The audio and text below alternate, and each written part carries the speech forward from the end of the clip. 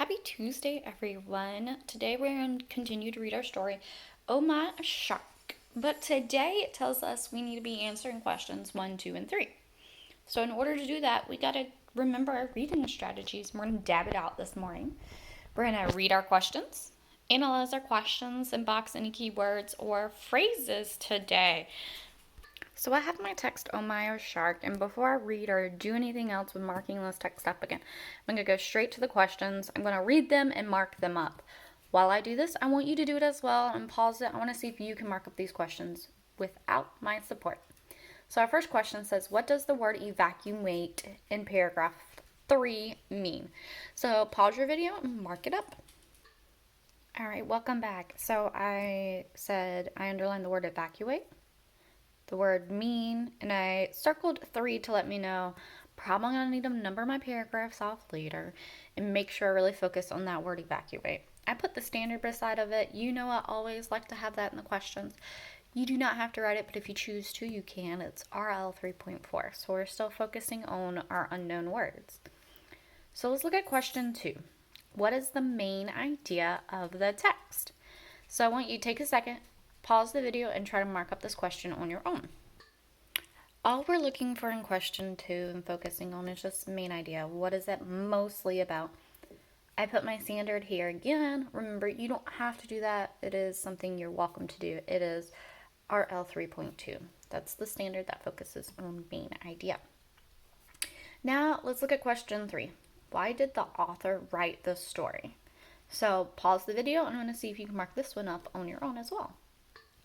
And our reason is why. Why is always our reason. So we're going to be looking for the reason that the author wrote the story, or why did he write the story. So I marked up reason, author, write the story. And this is RL 3.6. It's all about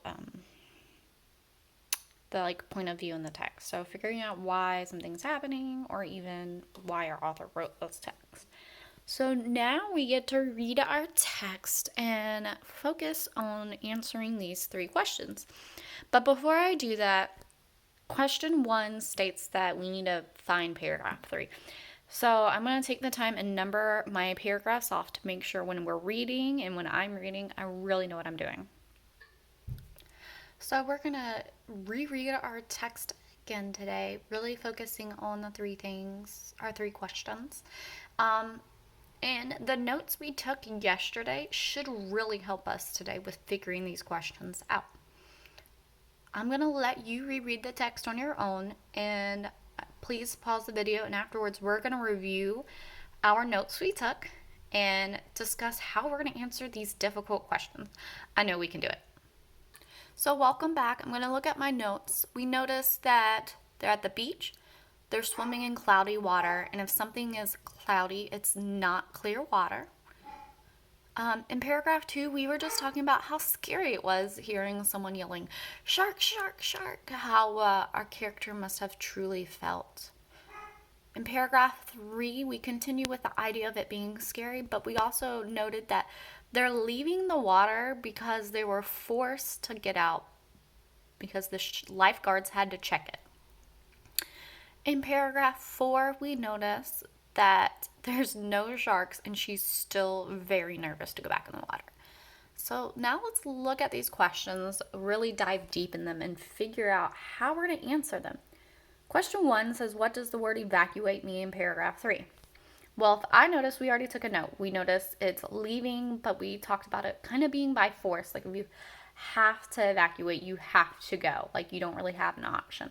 So take a second. I want you to write a good, complete sentence. There's enough room and explain what the word evacuate means to you. I wrote that evacuate means you're forced to leave. If you have something similar to this, great job. If not, make sure your answer matches or goes along with my answer, because they had to leave the water. They had no choice in the matter. So let's look at question 2. We're figuring out the main idea of this entire text. Now, we started using main idea by backing up, figuring out the topic, what it's mostly about, and some details that support it. So let's go back and look at that diagram I made in class for us the other day. Okay, we're back to our tree diagram. Remember we start at the roots, which is our topic. We go to our tree trunk, which is what it's mostly about, and our key details, which support our main idea. Our topic is typically the who or the what in our story. And we know our who is our main character. But what about this main character?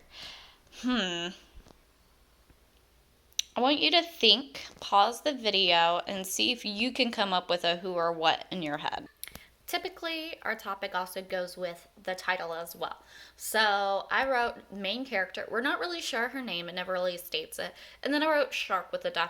because we know there wasn't a shark, but that caused a lot of really big things in the story. If there was not a person yelling out shark, the story kind of wouldn't be the story we have. So now that we know we're building on our main character and the shark, we got to figure out what it's mostly about. So looking at our notes, what is it all about? So take a few minutes, see if you can come up with what it is mostly about. And remember, when we do our main idea, we try to put it in one really good sentence. So this is what I came up with based off our topic, that it's about our main character and the shark. And I wrote that it is a family trip to the beach that turns scary when someone yells shark. I have our main character. She's a part of the family. I have the shark. And I have something that really was talked about a lot in that story, that it was scary at one point in time or the other. And our character talked about her being nervous many occasions. Now, I know our question didn't ask for key details, but you know me, I want you to be able to find some details in the text that support our answer. So I'm going to pause it, see if you can come up with a few details in the text, underline them, do something in your text, and see if you can find details that support it's a family trip to the beach. Someone yelled shark, it's scary. Deal? Cool. So I marked up my text as well, and I highlighted some details that support the main idea we came up with. I said it was a typical day at the beach, so that lets us know we're at the beach. A woman yelled at the top of her lungs, shark, shark, shark, lets us know we think there's a shark. Everyone was shocked, and I panicked, which gets that idea of scary or nervous. I did not feel safe. Everyone cheered entering the water again, and I still felt nervous. I could not get the nerve to go back in the water, which really does support the idea she is truly scared. And I had it in my head that there really was a shark. So now what I want you to do is write out your main idea, whatever the text is mostly about. You can use the sentence I came up with or something similar.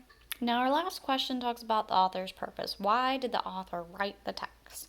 So they're trying to persuade us to do something, describe how to do something, inform us or teach us, entertain us, or to explain something. So this question, I'm going to pause. I want you to write it in a complete sentence on your own, and we're going to come back together and make sure what you thought is correct. Why did the author write this text? Welcome back. Let's go over this last question. Why did the author write the text? The author wrote the text to entertain the reader. So it's no other reason, just to give us a fun story and entertain us about something. Now, although your text might be a little messy with lots of marking up, that just means we're doing our jobs. We're taking our time, we're reading, we're analyzing, and we're doing the best we can. I'm extremely proud of your hard work today, and I'll see you tomorrow for tomorrow's lesson. Bye!